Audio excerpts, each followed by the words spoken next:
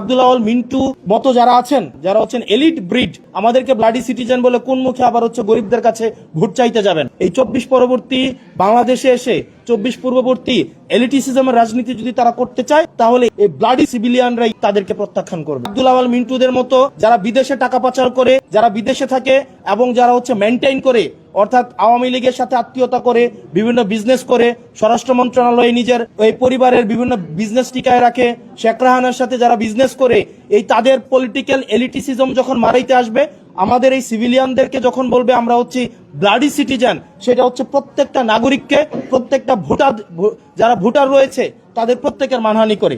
এবং সেটির জন্য আমরা কমিশনের দৃষ্টি আকর্ষণ করেছি যে কমিশন যেন তাকে ওয়ার্নিং দেয় এবং এই ধরনের আচরণের জন্য পুনরাবৃত্তি না ঘটে। এবং আব্দুল আওয়াল মিন্টু মতো যারা আপনাদের মতো যারা হচ্ছেন এলিট ব্রিড, আপনারা কোন মুখে আমাদেরকে ব্লাডি সিটিজেন বলে কোন মুখে আবার গরিবদের কাছে ভোট চাইতে যাবেন? আপনারা নির্বাচনের আগে ইস্ত্রি করা পাঞ্জাবি আর বড় টুপি পরে একদম ইরি খেতে নেমে যান। এই মানুষ এই হিপোক্রেসি এখন এগুলা বুঝে। আপনারা গার্মেন্টস শ্রমিক ফুটপাতে এখন যে যাচ্ছেন ভোট চাইতে ব্লাডি সিটিজেনের কাছে, আপনারা ম্যান্ডেটের জন্য ঠিকই ব্লাডি সিটিজেনদের কাছে আসেন। রাস্তার মধ্যে রক্ত দেয় ব্লাডি সিটিজেনরা। এই ব্লাডি সিটিজেনের রক্তের উপরে দাঁড়িয়ে আপনারা বিদেশে ব্যবসা করেন, ছেলে মেয়েদেরকে বেগম পাড়ায় রাখেন, সেফ এক্সিট নেন, ডুয়েল সিটিজেনশিপ নেন এবং নিরাপদ যখন দেখেন তখন বাংলাদেশে এসে ব্লাডি সিটিজেনদের রক্তের উপরে দাঁড়িয়ে তখন আবার নির্বাচনে দাঁড়াবেন। আর নির্বাচনে যদি দেখেন উত্তর দক্ষিণ হয়েছে, আবার তখন দেশ থেকে পালিয়ে যাবেন।